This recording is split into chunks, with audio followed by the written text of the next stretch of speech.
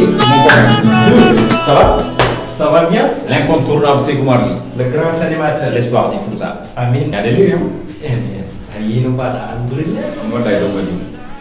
Mate attinani le 23 novembre. Tigi, le 23 o noon ko woni ko jiɗɗomi kalade. Ni an so tawi a tini a tintinani yimɓe holtino. Non wonde joni ɓe tina.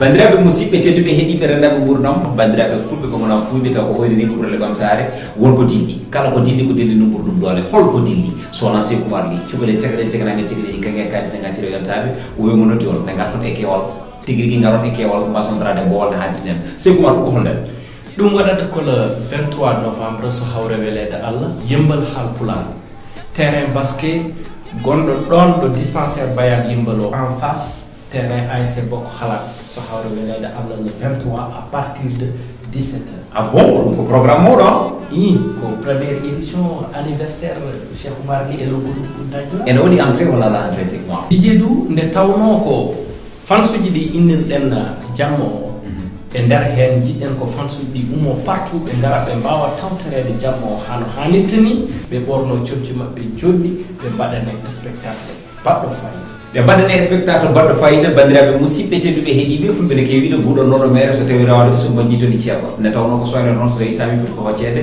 Sékou Mar tokara Sékou Mar paɗaɗo mayri Elimane Siré lutte vocal groupe Boudradioura o wi omo noddi on ne garton e kewol tigui rigui garon e pewol mbasontorade bowol nde tawno fulɓe kala ene foti noditade oɗo jamma nde tawno oɗo jamma weɓata mon ami mon ami haala 23 inchallah e baɗi noon inchallah